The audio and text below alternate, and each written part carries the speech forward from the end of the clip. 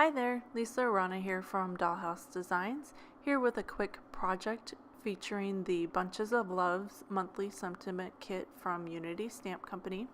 I just love the flower and vine image and all the great sentiments available in this kit. I have my cardstock all prepped and ready to go in my MISTI so I can start stamping with the flower image first.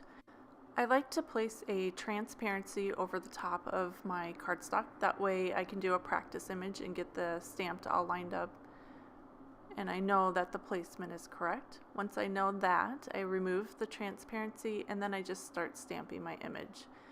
Now I have a little spot that needed a retouch, so I just re-inked and stamped again.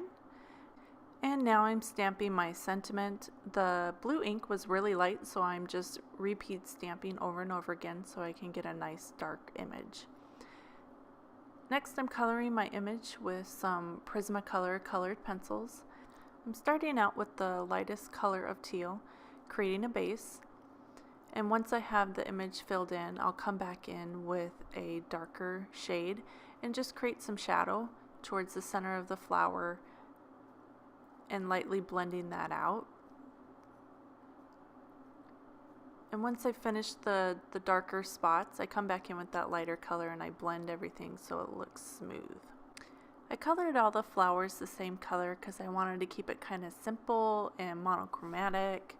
And then I went in and did the leaves the same way in green, again with two colors. Now that I've finished coloring, I'm just laying down my die cut and cutting that image out. And I thought it'd be fun to create a little bit of dimension with those leaves. So I'm using an X-Acto knife to just slowly cut around those leaves, and that way I'll be able to pop each one up. I did some practice on some scrap paper just so I could get the feel of the knife on how it slides, and then I just move really slowly. That way I don't cut my leaf off. And I just finished up all these leaves and then popped them up so you can see a bit of that craft cardstock behind them. I added a bow to the bottom of that center image and popped it up on my card with some foam adhesive. Also colored another set of those flowers, popped those up with some foam adhesive, and now I'm just coloring over it with a bit of sparkle with a Wink of Stella pen. Last, I'm adding some Nuvo dots and sequins using glossy accents to glue those down, just again to add some more sparkle to my card.